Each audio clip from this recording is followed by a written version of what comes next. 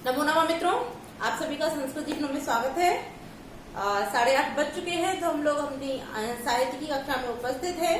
तो आइए, जैसे कि कल की कक्षा में हम लोगों ने नीति शतकम ग्रंथ के कुल 94 श्लोकों तक का अध्ययन कर लिया था।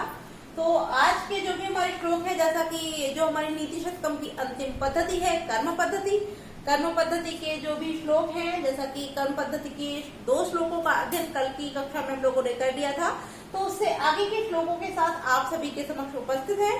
तो आइए, ज्यादा समय बर्बाद ना करते हुए जो हमारा 97 वाला श्लोक है, इसका अध्ययन आरंभ करते हैं।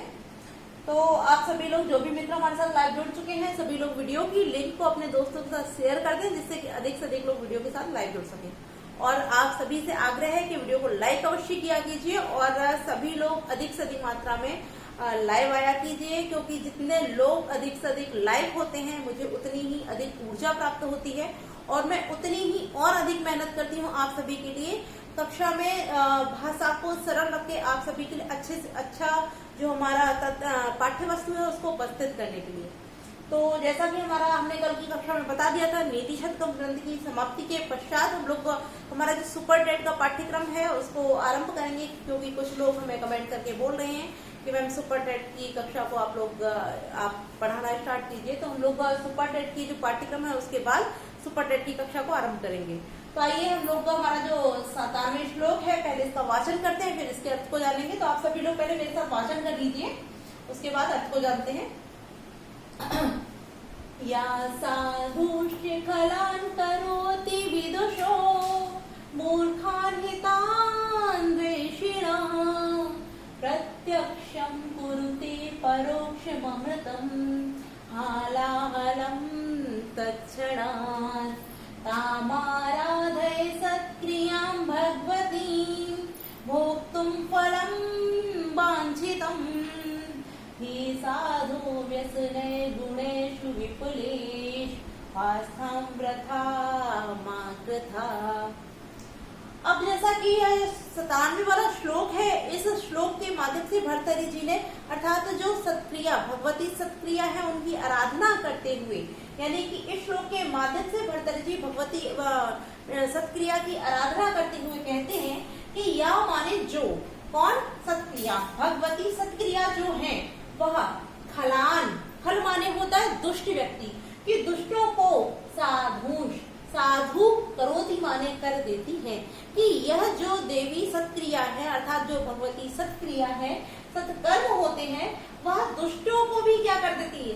सज्जन कर देती है। तो खलान माने दुष्टों को, साधु माने सज्जन, करोति माने कर देती है। मूर्खान विदुषो, और मूर्खों को विदुषो माने विद्वान कर देती है। द्वेषिणः हितान, द्वेषिणः माने जो शत्रुजन होते हैं, ऐसे दुष्ट या शत्रुजनों को हितान हितैषी बना देती है। परोक्षम कुरुते प्रत्यक्षम, परोक्ष जो होता है, परोक्ष तात्पर्य जो हमारे समक्ष न हो, और प्रत्यक्ष जो हमारी आंखों के समक्ष होता है। तो जो परोक्ष होता है उसको प्रत्यक्ष कर देती है। और हालाहलम तत्क्षणात्, अर्थात हलाहल जो कूट विष, हलाल कूट विष होता है, अर्थात जो तीक्ष्ण विष होता है, ऐसे विष को तत्क्षणात्, तत्माने उसी क्षण क्या कर देती? अमृतम, अमृत में बदल देती है, अर्थात अमृत कर देती है।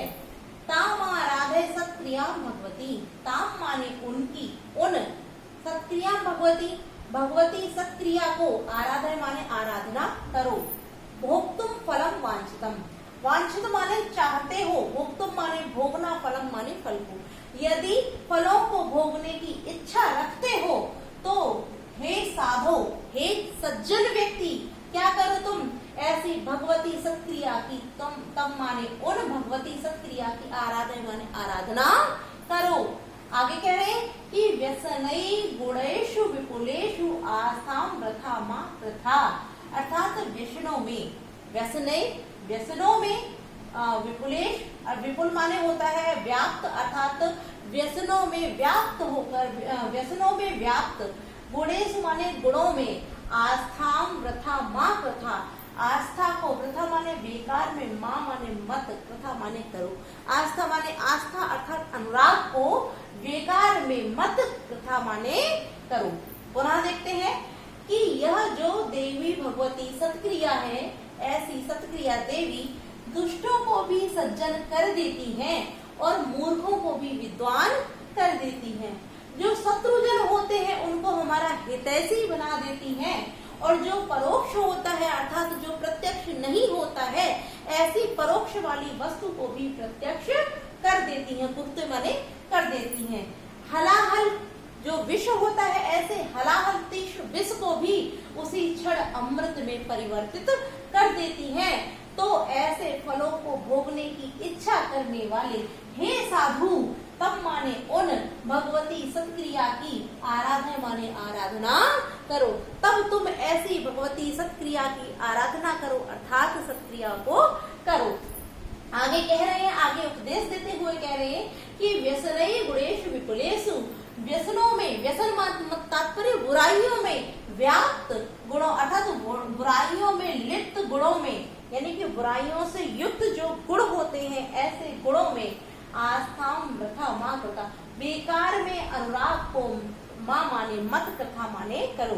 कि तब तुम ऐसे गुणों में अर्थात जो व्यसन है, ऐसे व्यसनों में व्यसनों से व्याप्त गुणों में, व्यसनों से युक्त जो गुण है, ऐसे व्यसनों से युक्त गुणों में क्या मत करो, अपने अनुराग को बेकार में मत करो, क्योंकि ऐसे व्यसनों से करने से तुम्हें कोई लाभ नहीं होगा। क्योंकि इन व्यसनों में गुण अर्थात अनुराग करोगे तब तुम इस सत्क्रिया देवी की आराधना नहीं कर पाओगे। इस कारण हे साधु, तुम भगवती सत्क्रिया की आराधना करो। अगर तुम फलों को भोगने की, तुम माने भोगने की, वांछितम माने इच्छा रखते हो, अर्थात फलों को भोगने की इच्छा रखने वाले हे साधु, इन भगवती सत्क्रिया की आराधना करो। व्यसनों से व्याप्त गुणों में बेकार ही अनुराग को मत रखो, क्योंकि यह जो देवी सत्क्रिया है, यह दुष्ट व्यक्तियों को भी सज्जन कर देती है, मूर्ख को भी विद्वान बना देती है, शत्रुओं को भी मित्र अर्थात हितैषी बना देती है, और जो हमारी परोक्ष नहीं है, ऐसी वस्तु को भी प्रत्यक्ष प्रस्तुत कर देती है। और तो और जो हलाहल कूट जैसे विष को उसी क्षण अमृत में परिवर्तित कर देती हैं।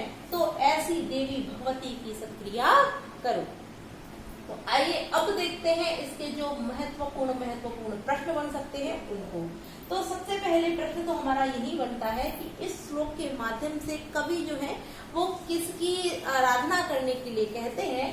तो भगवती सत्क्रिया अर्थात भगवती सत्क्रिया की आराधना करने के लिए वर्तनी के द्वारा कहा जाता है। अगला प्रश्न हमारा बन जाता है कि दुष्टों को साधु कौन कर देता है, क्योंकि यह जितने भी हमारे यहाँ विशेषण इत्यादि बता जो भी विशेषताएं बताई गई हैं, यह सभी किसके कारण हो रही है, भगवती सत्क्रिया के कारण। तो यह जितने भी कार्य हो रहे हैं सत्क्रिया के कारण होते, तो यहाँ से हमारे सारे इतने सभी प्रश्न तैयार हो जाते हैं कि दुष्टों को सज्जन कौन करता है, तो भगवती सत्क्रिया। मूर्ख को विद्वान कौन करता है, तब भगवती सत्क्रिया। अगला प्रश्न भी कि जो शत्रुजन होते हैं उनको हितैषी कौन बनाता है, तो भगवती सत्क्रिया। अगला प्रश्न अगर पलट के पूछ दे तो इस प्रकार से भी बन सकता है कि सत्क्रिया भगवती सत्क्रिया खलों को दुष्टों को क्या बना देती है, तो साधु हो जाएगा। इसी प्रकार से परोक्ष को प्रत्यक्ष कौन करता है, तब देवी सत्क्रिया। और हलाहलम को अमृत में कौन परिवर्तित करता है, तब भी देवी सत्क्रिया। और हो सकता है कि अंतिम पंक्ति देकर के पूछ दिया जाए कि यहाँ कवि के द्वारा क्या उपदेशित किया गया है।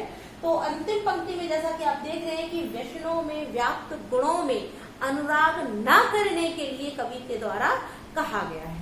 तो इस प्रकार से हमारे महत्वपूर्ण प्रश्न बन सकते हैं।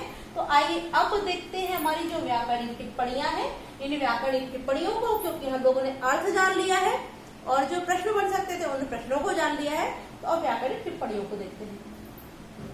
तो सबसे पहले खलान, साधुष्य, विदुषो, मूर्खान, ये तो जैसा कि आप सभी जान ही रहे होंगे द्वितीय विभक्ति बहुवचन में प्रयोग किए गए हैं। खलान है, मूर्खान है, हितान है। तो द्वैषणम शब्द है, इसको देख लेते हैं। तो इसमें द्विष धातु है और द्विष धातु के साथ जो हम ऋणी प्रत्यय का विधान करते हैं, ऋणी प्रत्यय का, तो द्वैषण शब्द बन जाता है हमारा। ठीक है, आगे जैसे कि हमारा यहाँ शब्द लिखा हो प्रत्यक्षम और परोक्षम, अगर हम समास की दृष्टि से देखते हैं तो ये दोनों ही शब्द हमारे प्रत्यक्ष और परोक्ष बहुत ही महत्वपूर्ण है। तो आइए इनके समास को जान लेते हैं। अगर हम प्रत्यक्ष की बात करें तो इसका हो जाता है अक्षरो इत अभिमुख प्रत्यक्ष तब यहाँ पर हमारा अव्ययी भाव समास हो जाएगा। और यदि परोक्ष की भी बात करें तो यहाँ पर भी अव्ययी भाव समास ही है। अब अव्यय अक्षरो परम इति परोक्षम, तब यहाँ पर भी हमारा अव्ययी भाव। यदि समास पूछा जाए तो दोनों ही शब्दों में, परोक्ष और प्रत्यक्ष दोनों में ही अव्ययी भाव समास ही होता है। महत्वपूर्ण है तो आप लोग नोट करके रखिए। आगे हम संधि की बात करें तो परोक्षम धन अम्र तक अनुस्वार से अनुस्वार संधि हो जाएगा। आगे हमारा शब्द है तम धन आराधय, यहाँ पर भी अनुस्वार संधि ही होती है, किंतु यदि आराधय शब्द की बात करें तो इसकी निष्पत्ति देख लेते हैं। यहाँ आ उपसर्ग है, राध धातु है, और जैसा कि हम आराधय शब्द की बात करें तो इसकी शायद निष्पत्ति हम पहले भी किसी श्लोक में देख चुके हैं, किंतु फिर भी देख लेते हैं। आ उपसर्ग राध धातु लोट लकार मध्यम पुरुष एक वचन में आराधन शब्द हमारा निष्पन्न हो जाता है, क्योंकि हम जब इसमें आराध के साथ में जब लोट लकार मध्यम पुरुष में प्रयोग करेंगे तभी जाके हमारा आराधन शब्द बनेगा। लोट लकार मध्यम पुरुष एक वचन की क्रिया में। ठीक है, आगे देखते हैं हमारा अगला जो शब्द लिखा हुआ है भोक्तुम, तो ये आप सभी जानते हैं भुज धातु के साथ तो प्रत्यय है, भोक्तुम हो जाएगा। वांछितुम, वांछित की बात करें तो यह वांछ धातु के साथ किंतु प्रत्यय का विधान करने से यहाँ हमारा वांछित शब्द निष्पन्न हो जाता है। और जैसा कि व्यशनय धन गुणेशु, व्यशनय हमारा तृतीय विभक्ति में है और गुणेशु विपुलेशु यहाँ पर हमारी सप्तमी विभक्ति बहुवचन में प्रयोग किया गया। अब हम बात करते हैं यहाँ विपुलेशु धन आस्थाम, जो हमारा विपुलेशु आस्थाम देख रहे हैं आपको, जब हम संधि विच्छेद करेंगे तो विपुलेशु धन आस्थाम हो जाएगा। यहाँ इको यड़ सूत्र से यड़ संधि का विधान हो जाता है। ठीक है, अब जैसा कि संबोधन में साधु आप देख ही रहे हैं कि संबोधन में प्रयुक्त किया गया है, और कृथा शब्द को भी हम पहले देख चुके हैं। तो यह थी हमारी व्याकरणिक टिप्पणियां। छंद की बात करें तो शार्दूल विक्रीडित छंद है, जैसा कि हम लोगों ने वाचन किया तो वाचन से ही समझ गए होंगे आप सभी के श्लोक में हमारा शार्दूल विक्रीडित छंद ही है। तो अब हम यहाँ बात कर लेते हैं अलंकार की। तो इस श्लोक में विशेष अलंकार है। अब हम बढ़ते हैं हमारे 98वें श्लोक की ओर। तो आइए पहले इसका भी वाचन करते हैं और तत्पश्चात ही इसके अर्थ को जानेंगे। तो आप सभी लोग मेरे साथ दोहरा लीजिए। शुभ्रं सद्म सविभ्रमा युवतयः श्वेतात पत्रोज्ज्वला लक्ष्मीरित्यनुभूतये चिरमनु श्यूते शुभे कर्मणि विच्छिन्ने नितरामनङ्गकलः क्रीडात्रुटतन्तुकम् मुक्ताजालमिव प्रयाति झटति दृश्यदिशो दृश्यताम्।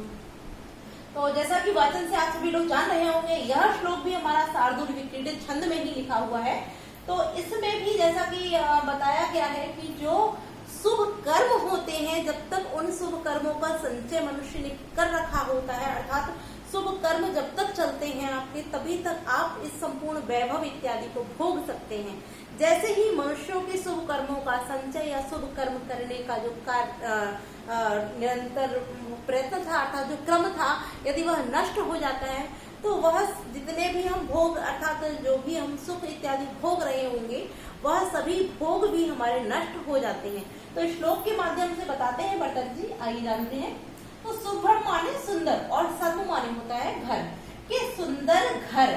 आगे कह रहे सविभ्रमा युवतयः, सविभ्रमा, विभ्रमा माने हाव भाव और स माने सहित, कि हाव भाव से युक्त अर्थात हाव भाव से सहित, सहित से तात्पर्य युक्त, कि हाव भाव से युक्त युवतयः युवतियां, कि सुंदर घर, शुभ्रम माने सुंदर, सद्म माने घर और हाव भाव से युक्त युवतियां।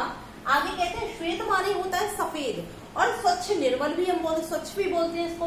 तो श्वेत माने सफेद और आतपत्र माने होता है छाता। जैसा कि आतपत्र भारवी इत्यादि हम लोगों ने अन्य श्रुतियां भी पढ़ी हैं, उसमें भी देखा था आतपत्र माने छाता होता है, तो वही आतपत्र माने छाता। और उज्ज्वल माने होता है प्रकाशमान या चमकीला, कि श्वेत सफेद आतपत्र अर्थात छाते के समान उज्ज्वल प्रकाशमान या चमकीली लक्ष्मी। अब यहाँ लक्ष्मी से तात्पर्य है राजलक्ष्मी, के राजलक्ष्मी इति अनुभूयते, इन सभी का भोग करते हैं। अब कौन करता है? तो आगे कहते हैं शुभे कर्मणि, शुभ कर्मों की।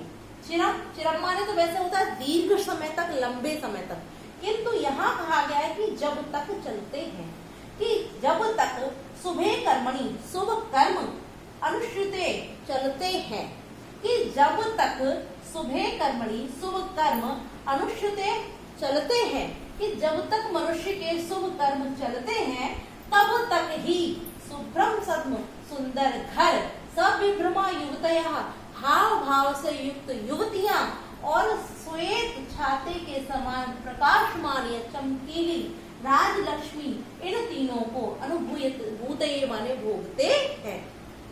कि जब तक मनुष्य के शुभ कर्मों का जो संचयन है, अर्थात जब तक उसके शुभ कर्म चलते हैं, जब तक, चिरम माने वैसे तो होता है दीर्घ समय तक या लंबे समय तक, किंतु यहाँ जो चिरम का अर्थ दिया है वह कह रहे हैं कि जब तक चलते हैं, चाहे वो लंबे समय की बात करें या कुछ ही क्षणों की, कि जब तक उसके शुभ कर्म अनुष्ठित माने चलते हैं तब तक ही वह सुंदर घर, हाव भाव से युक्त स्त्रियां और श्वेत छाते के समान प्रकाशमान राजलक्ष्मी, इन तीनों को अनुभूतये माने भोगते हैं, कि तभी तक मनुष्य इन तीनों ही वस्तुओं का भोग कर सकता है।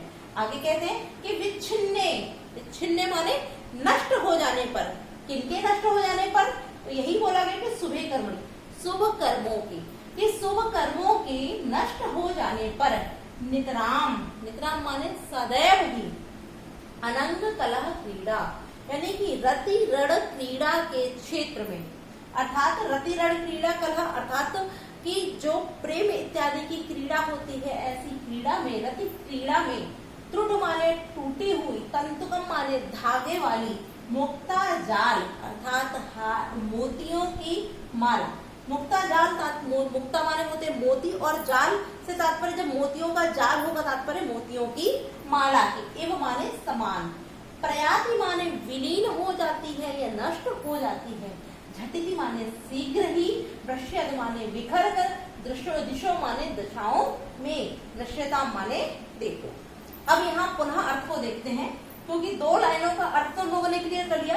अब नीचे वाली जो दो लाइनें रही उनको पुनः देखते, तो यहाँ से अर्थ लेंगे दृश्यता माने देखो। पहले इतना कह दिया कि जब तक शुभ कर्म चलते हैं, कि मनुष्य के जब तक शुभ कर्म चलते हैं तब तक वह सुंदर घर, हाव भाव से युक्त स्त्रियां, श्वेत छाते के समान प्रकाशमान राजलक्ष्मी, इन तीनों का भोग करता है, किंतु जब शुभ कर्म विच्छिन्न नष्ट हो जाने पर, नष्टता माने देखो, अब यहाँ कह रहे हैं कि देखो इन शुभ कर्मों के नष्ट हो जाने पर, नितराम माने सदैव ही, रति कला क्रीड़ा अर्थात रति क्रीड़ा में, यानी कि प्रेम व्यवहार में, यदि कोई व्यक्ति प्रेम किसी से करता हो और ऐसे प्रेम में जब कोई स्त्री या कोई भी व्यक्ति माला जो पहने होता है और वह माला टूट जाती है, तो आपने देखा होगा जैसे ही माला का धागा टूटता है तो उसके मोती जैसे ही भूमि पर गिरते हैं तो वो चारों दिशाओं में एकदम भाग जाते हैं, और आप उनको ढूंढेंगे तो आपको बहुत देर में मिलता है, अर्थात कोई एक इधर जाता है, कोई एक इधर जाता है, तो यानी वो चारों दिशाओं में फैल करके और इस प्रकार से लुप्त होते हैं कि आपको उसको कई बार ढूंढेंगे जाके, तब भी आपको संपूर्ण मोती नहीं मिलते हैं। तो वही कहा जा रहा है कि दृष्टता माने देखो, सदैव अनंग कलह क्रीड़ा, रति क्रीड़ा में, त्रुट माने टूटी हुई, तंतु माने धागे की, मुक्ता मोतियों के हार के समान, यह जो तीन वस्तुएं बताई हैं, सुंदर घर, हाव भाव से युक्त स्त्रियां और श्वेत छाते के समान प्रकाशमान राजलक्ष्मी, यह शीघ्र ही, घटित माने शीघ्र ही, बिखर कर, दृश्यत माने बिखर कर, दिशो माने दिशाओं में, दिशाओं में बिखर कर, प्रयाति माने लुप्त हो जाती है, विलीन हो जाती है अर्थात नष्ट हो जाती है, कि जैसे ही मनुष्य के शुभ कर्म नष्ट होते हैं वैसे ही सदैव रति क्रीड़ा में टूटी हुई, टूटे हुए धागे की माला के समान, मोतियों की माला के समान, जैसे मोतियों की माला टूट करके उसके मोती दिशाओं में फैल करके, बिखर करके तुरंत ही, शीघ्र ही नष्ट हो जाते हैं, लुप्त हो जाते हैं, छिप जाते हैं, उसी प्रकार से देखो जैसे ही मनुष्य के शुभ कर्म नष्ट होते हैं तो उनके यह सभी जो सुख थे वह शीघ्र ही बिखर कर, सभी दिशाओं में बिखर करके विलीन हो जाते हैं अर्थात नष्ट हो जाते हैं। अर्थ स्पष्ट हो गया होगा। तो आइए अब देखते हैं यहाँ प्रश्नों को। तो सबसे पहले तो हम प्रश्न हमारा यही बनता है कि जब मनुष्य शुभ कर्म करता है, अर्थात जब तक मनुष्य के शुभ कर्म चलते हैं तब तक वह किन किन का भोग करता है। तो आप लोग ध्यान रखेंगे, यहाँ तीन वस्तुओं का भोग बताया है। सुंदर घर, हाव भाव से युक्त स्त्रियां और श्वेत छाते के समान प्रकाशमान या चमकीली राजलक्ष्मी, इन सभी का भोग करता है। कब तक? जब तक उसके शुभ कर्म चलते हैं तब तक। और यदि प्रश्न यह पूछा जा सकता है कि जब उसके जो शुभ कर्म होते हैं कि वह नष्ट हो जाते हैं, तो उसकी जितने भी भोग की वस्तुएं अर्थात जो भी उसके सुख होते हैं वो किसके समान लुप्त हो जाते हैं। तो रति क्रीड़ा में टूटे हुए धागे की मोतियों की माला के समान ही दिशाओं में बिखर कर शीघ्र ही उसके सारे सुख वैभव नष्ट हो जाते हैं। तो यहाँ हमारे अन्य प्रश्न नहीं बन रहे हैं, 2 ही मुख्य प्रश्न बन रहे हैं, तो उनको हम लोगों ने जान लिया है। आइए अब देख लेते हैं इसकी व्याकरणिक टिप्पणियों को। और जैसे कि छंद की हम चर्चा पहले ही कर चुके हैं, तो यहाँ भी शार्दूल विक्रीडित छंद ही है। अब व्याकरणिक टिप्पणियों को देखते हैं। तो सविभ्रमा शब्द की बात करें तो इस सविभ्रमा शब्द में बहुब्रीहि समास है और कहीं कहीं इस शब्द में अव्ययीभाव समास भी प्राप्त होता है। अर्थात सविभ्रमा शब्द में अव्ययीभाव और बहुब्रीहि समास दोनों ही प्राप्त होते हैं।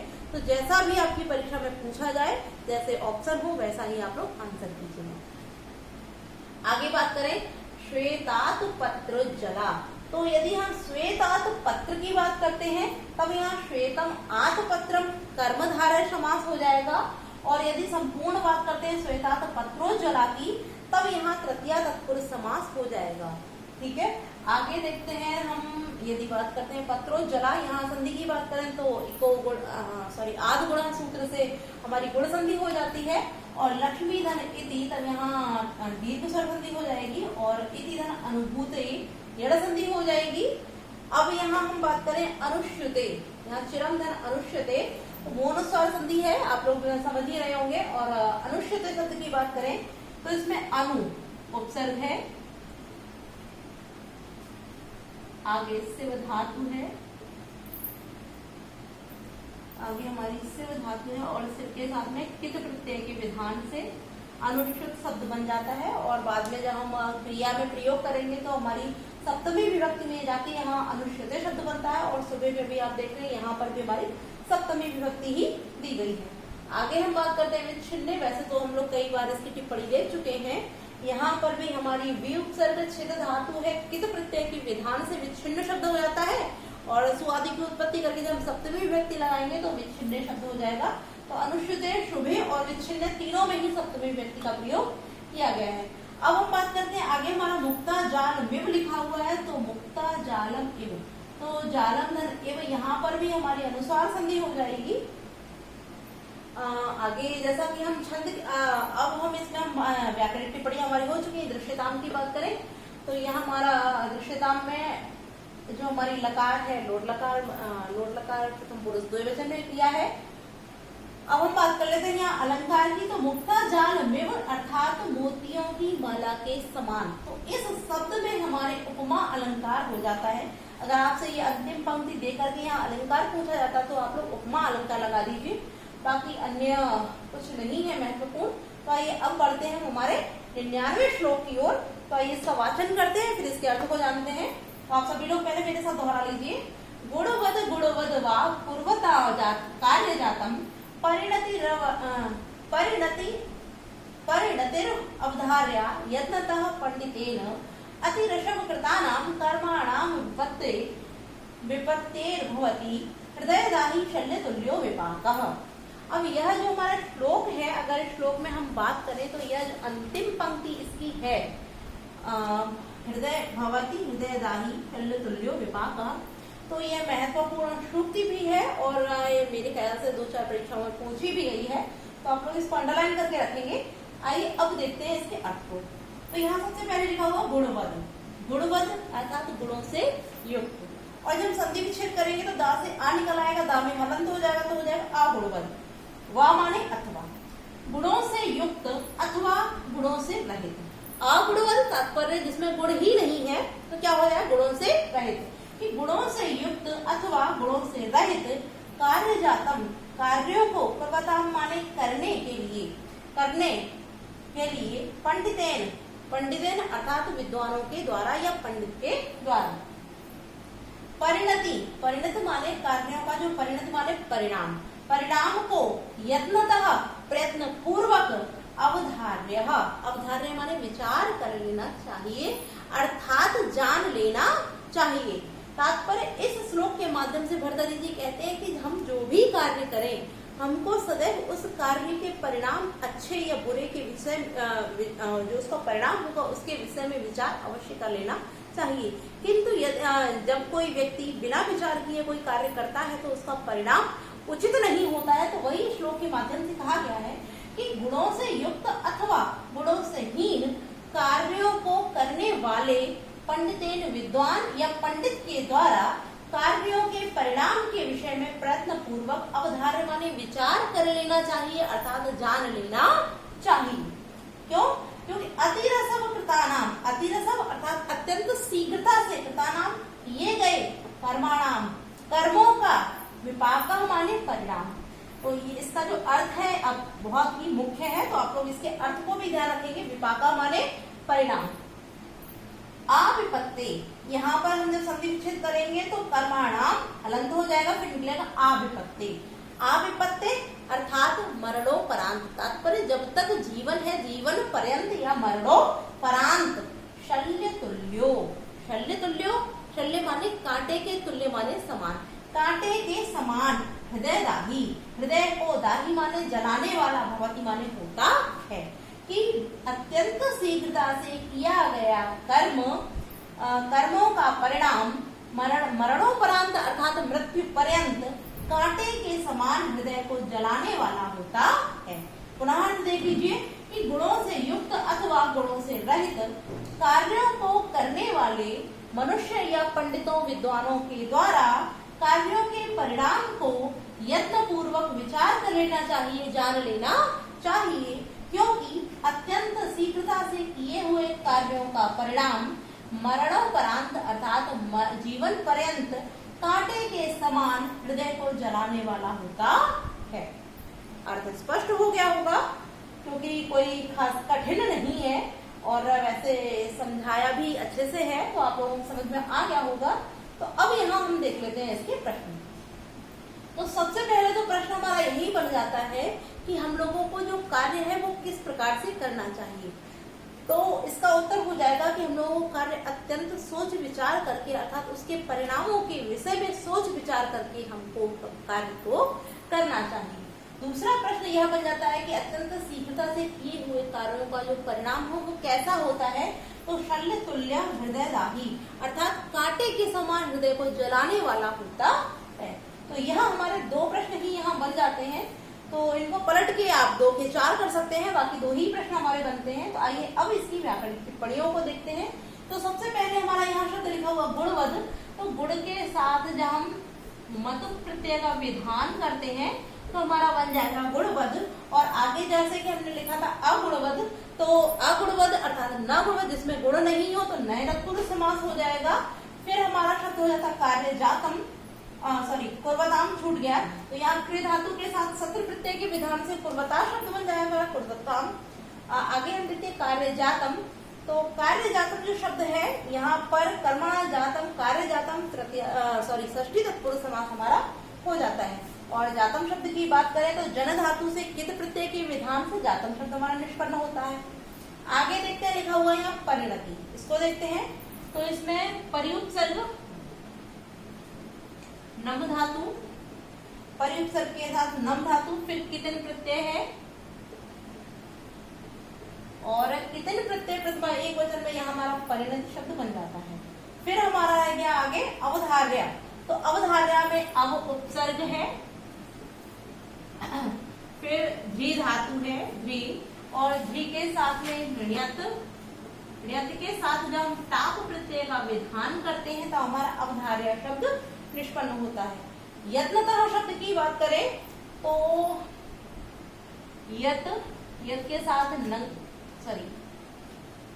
नंग और नंग के साथ में हमारा तशिल, तशिल प्रत्यय के विधान से हमारा यत्नतः शब्द निष्पन्न हो जाता है। पंडित शब्द की बात करते हैं तो पंडिता के साथ इतच प्रत्यय के विधान से पंडिता शब्द हमारा निष्पन्न होता है। आइए इसको साफ कर देते हैं जिससे कि लिखने के लिए थोड़ी सी जगह मिल जाएगी। पंडित के साथ में जब पंडित धन इतच प्रत्यय से पंडित शब्द बनता है, सुआदि की उत्पत्ति करके तृतीय व्यक्ति में पंडित शब्द हो जाएगा। आगे अति ऋषभ कृतानाम, तब यहाँ तृतीय तत्पुरुष समास हो जाएगा। और आ विपत्ति में कोई भी शब्द समास नहीं होता है। इसको देख लेते हैं। हृदय दाही शब्द जो है हमारा यहाँ बहुब्री समास हो जाता है। और शल्य तुल्यो जो शब्द है यहाँ षष्ठी तत्पुरुष समास और तृतीय तत्पुरुष समास दोनों ही समास हमारे प्राप्त होते हैं। ठीक है। अगर हम यहाँ बात करते हैं छंद की तो इसमें मालिनी छंद है और शल्य तुल्यों में उपमा अलंकार हो जाता है। अंतिम पंक्ति देखिए यदि आपसे पूछा जाए तो इसमें उपमा अलंकार हमारा हो जाएगा। तो आज की कक्षा में हम इतना ही रखते हैं और कल की कक्षा में आगे के श्लोकों के साथ उपस्थित होंगे। आप सभी को कक्षा कैसी लगी कमेंट करके अवश्य बताएं और वीडियो को लाइक अवश्य कीजिए और साथ ही साथ अपने दोस्तों को अधिक से अधिक लाइव आने के लिए बोलिए और अधिक से अधिक लोगों को हमारे चैनल के साथ जोड़िए। तो आज के लिए इतना ही मित्रों, नमो नमो।